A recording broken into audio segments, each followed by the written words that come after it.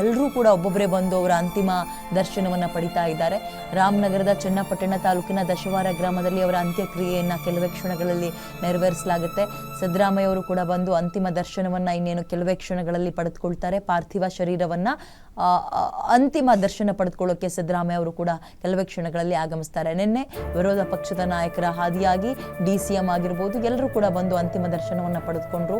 ಇವತ್ತು 12:30 ಗಂಟೆಯ ಅಷ್ಟೊತ್ತಿಗೆ ಅಂತ್ಯ ಸಂಸ್ಕಾರ ಕೂಡ ನೆರವೇರಿಸ್ತೀವಿ ಅನ್ನುವಂತಹ ಮಾಹಿತಿಯನ್ನು ಅವರ ಕುಟುಂಬಸ್ಥರು ಬಿಚ್ಚಿಡ್ತಾ ಇದ್ದಾರೆ. ಕತ್ತಿ ವರಸೆ ಕುದುರೆ ಸವಾರಿಯನ್ನು ಕೂಡ ಅಭಿನೇತ್ರಿ ಕಲ್ತಿದ್ರು ಅಂತ ಒಬ್ಬ ನಿರ್ದೇಶಕರು ಒಂದು ಇಂಟರ್ವ್ಯೂ ಅಲ್ಲಿ ಹೇಳಿದರು. ಅಂದರೆ ಒಂದು ಪಾತ್ರಕ್ಕೆ ಏನು ಬೇಕೋ ಅದು ಕಷ್ಟ ಆದರೂ ಪರವಾಗಿಲ್ಲ, ನಾನು ರೂಢಿ ಮಾಡ್ಕೋಬೇಕು, ಕಲ್ತ್ಕೋಬೇಕು, ಆ ನಂತರ ನಟಿಸ್ಬೇಕು. ಇದು ತುಂಬ ಜನರಲ್ಲಿ ತುಂಬ ಕಡಿಮೆ.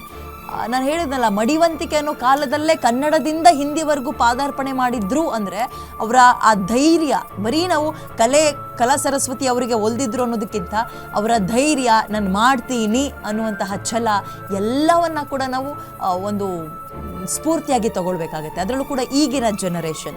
ನಾನು ನಿನ್ನೆ ಒಂದು 4-5 ಬಾರಿ ಈ ಸುದ್ದಿ ಕೇಳ್ತಾ ಇದ್ದಂತೆ ನಾನು ಹೇಳಿದ್ದು, ಚತುರ್ಭಾಷೆ ನಟಿ ಅಂತ ಕರೆಸ್ಕೊಂಡ್ರು, ಕನ್ನಡದಿಂದ ಬಾಲಿವುಡ್ವರೆಗೂ ಕೂಡ ಕಾಲಿಟ್ಟಿದ್ರು. ಅದೇ ಈಗಿನ ಕೆಲವರನ್ನ ತಗೊಂಡಾಗ ಅದನ್ನು ನಾವು ಸರೋಜಾದೇವಿಯವರಂತಹ ಒಂದು ನಡತೆಯನ್ನು ಅಥವಾ ಅವರಲ್ಲಿದ್ದಂತಹ ಒಂದು ಭಾವನೆಯನ್ನು ನಾವು ಕಾಣಲೇ ಇಲ್ಲ. ಯಾವುದೇ ಒಂದು ಭಾಷೆಯಲ್ಲೂ ಅಂದರೆ ಪರಭಾಷೆಯಲ್ಲಿ ಅವಕಾಶಗಳು ಸಿಗ್ತಾ ಇದ್ದಂತೆ ಇಲ್ಲಿಗೆ ಒಂದು ರೀತಿ ಟಾಟಾ ಬಾಯ್ ಬಾಯ್ ಹೇಳುವಂತಹ ಕಾಲದಲ್ಲಿ 200ಕ್ಕೂ ಹೆಚ್ಚು ಸಿನಿಮಾಗಳನ್ನು ಆಗ ಅವರು ನಟಿಸಿದ್ರು, ಕಲೆಯನ್ನು ಕರಗತ ಮಾಡ್ಕೊಂಡಿದ್ರು. ಯಾವ ಭಾಷೆ ಬಂದರೂ ಕೂಡ ಬಿಡ್ತಾ ಇರಲಿಲ್ಲ, ಅಚ್ಚುಕಟ್ಟಾಗಿ ನಿಭಾಯಿಸ್ತಾ ಇದ್ರು. ಅಂದರೆ ಏನಂತ ಕರಿಬೋದು ಅವ್ರಿಗೆ? ತುಂಬಿದ ಕೊಡ ಅಂತ ಒಂದು ಗಾದೆ ಮಾತೆ ಇದೆ. ತುಂಬಿದ ಕೊಡ ಯಾವತ್ತೂ ಕೂಡ ತುಳ್ಕೋದಿಲ್ಲ ಅಂತ. ಮೇಲೆ ಹೋಗ್ತಾ ಹೋಗ್ತಾ ಹೋಗ್ತಾ ಹೋಗ್ತಾ ಇದ್ದಷ್ಟು ಸಾಧನೆಯ ಶಿಖರದ ಒಂದೊಂದೇ ಮೆಟ್ಟಿಲು ಹತ್ತುತ್ತಾ ಇದ್ದೀವಿ ನಾವು ಅಂದಾಗ ಹಂಬಲ್ ಆಗ್ತಾ ಹೋಗ್ತಾರಂತೆ. ರಾಜಣ್ಣವ್ರನ್ನ ತಗೋಬೋದು ಎಕ್ಸಾಂಪಲ್, ನಾವು ಹಾಗೆ ನೋಡೋದಾದ್ರೆ. ಅದೇ ಹಾದಿಯಲ್ಲಿ ಬಿ ಸರೋಜಾದೇವಿಯವರು ಕೂಡ ಇದ್ರು. ಆ್ಯಂಡ್ ಶ್ರೀನಿವಾಸ ಕಲ್ಯಾಣ ಚಿತ್ರ ನೀವೆಲ್ಲರೂ ಕೂಡ ನೋಡಿರ್ತೀರಿ. ಶ್ರೀನಿವಾಸನ ಪಾತ್ರದಲ್ಲಿ ರಾಜಣ್ಣವರು, ಲಕ್ಷ್ಮಿಯ ಪಾತ್ರದಲ್ಲಿ ಇದೇ ಬಿ ಸರೋಜಾದೇವಿ ಅವರು ಕಾಣಿಸ್ಕೊಂಡಿದ್ರು. ಎಂಥ ಅತ್ಯದ್ಭುತ ಮೈನೋಟ ಮೈಮಾಟ ಎರಡೂ ಕೂಡ ಹೇಳ್ಬೋದು.